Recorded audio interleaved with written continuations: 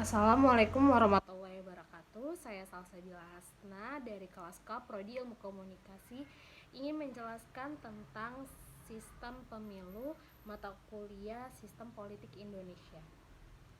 Sistem pemilu berdasarkan asal katanya yaitu sistem adalah bentuk, komposisi, koordinasi, orde, organisasi, pola, skema, struktur, strata, dua cara, metode, modus operandi, praktik, teknik, prosedur pemilihan umum atau pemilu adalah proses memilih orang untuk mengisi jabatan-jabatan politik tertentu. Jabatan yang dimaksud ini bisa saja presiden, wakil rakyat, maupun kepala desa.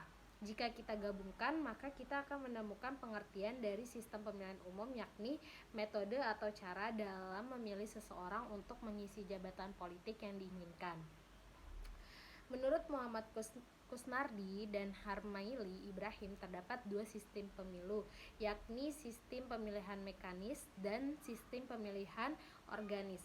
Sistem pemilihan mekanis menempatkan rakyat sebagai suatu individu yang sama. Sistem pemilihan ini digunakan oleh aliran liberalisme, sosialisme, dan komunisme. Menurut sistem pemilihan mekanis, partai-partai yang mengorganisir pemilih-pemilih dan memimpin pemilih berdasarkan sistem biparti atau multiparti, liberalisme, sosialisme atau uniparti, komunisme. Badan perwakilan berfungsi untuk kepentingan seluruh rakyat.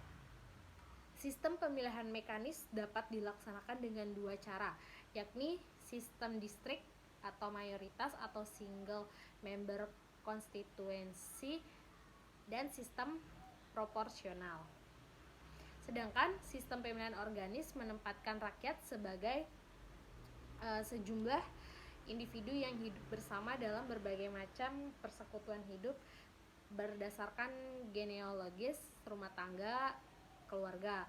Terus fungsi tertentu yaitu ekonomi industri, lapisan-lapisan sosial yaitu buruh, tani, cendekiawan, dan lembaga-lembaga sosial atau universitas. Menurut sistem pemilihan organis, partai-partai politik itu tidak perlu dikembangkan karena pemilihan diselenggarakan dan dipimpin oleh persekutuan hidup dalam lingkungannya sendiri. Badan perwakilan berfungsi mewakili kepentingan khusus persekutuan hidup itu.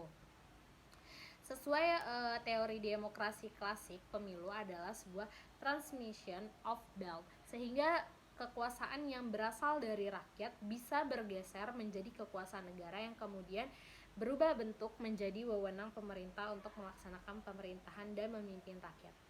Sistem pemilihan umum merupakan metode yang mengatur serta memungkinkan warga negara memilih atau mencoblos para wakil rakyat di antara mereka sendiri. Metode berhubungan erat dengan aturan dan prosedur merubah atau mentransformasi suara ke kursi di parlemen. Mereka sendiri maksudnya adalah yang memilih ataupun yang hendak dipilih juga merupakan bagian dari sebuah entitas yang sama. Bangsa Indonesia telah menyelenggarakan pemilihan umum itu sejak zaman kemerdekaan.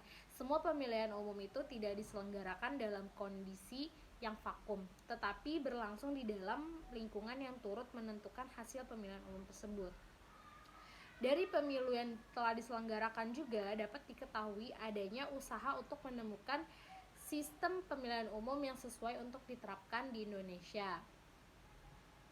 Dalam pandangan Prof. Kacung Marijan, berdasarkan sistem pemilu bagi negara-negara yang pernah menyelenggarakannya, jumlah sistem pemilu yaitu sistem pluralitas atau mayoritas, sistem perwakilan proporsional, sistem campuran, dan sistem-sistem lainnya.